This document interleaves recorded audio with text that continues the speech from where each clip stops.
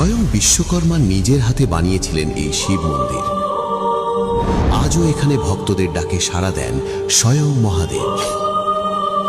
প্রতি বছর অলৌকিকভাবে এক ধান করে বৃদ্ধি পেয়ে চলেছে এখানকার শিবলিঙ্গ, যেখানে আধুনিক বিজ্ঞানও এর কারণ বের করতে গিয়ে মাথা নত করেছে। নন্দীগ্রামের রেয়াপাড়া শিব মন্দিরের ইতিহাস। আজ থেকে প্রায় ৬০০ বছর আগে মনসা মঙ্গল কাব্যের চাঁদ সদাগর বণিক উৎকল অর্থাৎ ওড়িশা থেকে বাণিজ্য করতে যাওয়ার সময় এই অঞ্চলে নোঙর করেছিলেন বিশ্রাম নেওয়ার জন্য। তখন এলাকাটি ছিল জঙ্গল ও জলাকীর্ণ। তিনি বিশুদ্ধ জলপানের জন্য এই জায়গায় একটি কুয়ো খনন করতে গিয়ে কোদালের কোপ পড়ে এক অদ্ভুত পাথরের ওপর, যেখানে স্থানীয় এক গাভী প্রতিদিন দুগ্ধ বিসর্জন করত।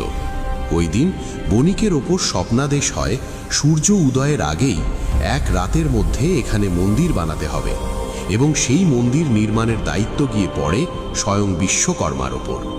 তিনি মন্দির নির্মাণের সময় ভোর হওয়ার আগেই মন্দির চূড়া সম্পূর্ণ করতে না পারায় একটি তালপাতা চূড়ার ওপরে রেখে চলে গিয়েছিলেন। যেই তালপাতা উড়ে গিয়ে সাইডে এক পুকুরের সৃষ্টি হয়েছে। 50 ফুট উচ্চতার এই বিশাল স্থাপত্য কেবল চুন আর সুরকির কোনো কাঠামো নয়, এটি নন্দীগ্রামের মাটির গভীরে প্রথিত এক অবিনশ্বর বিশ্বাস। শত শত বছরের রোদ, বৃষ্টি আর ঝোড়ো হাওয়া সহ্য করেও রেয়াপাড়ার এই শিব মন্দির আজও সগৌরবে দাঁড়িয়ে আছে, ঠিক যেন এই অঞ্চলের মানুষের অটল আস্থার এক প্রতীক হয়ে। আপনার যদি সুযোগ হয় তবে একবার এসে দেখে যান ইতিহাসের এই জীবন্ত সাক্ষীটিকে।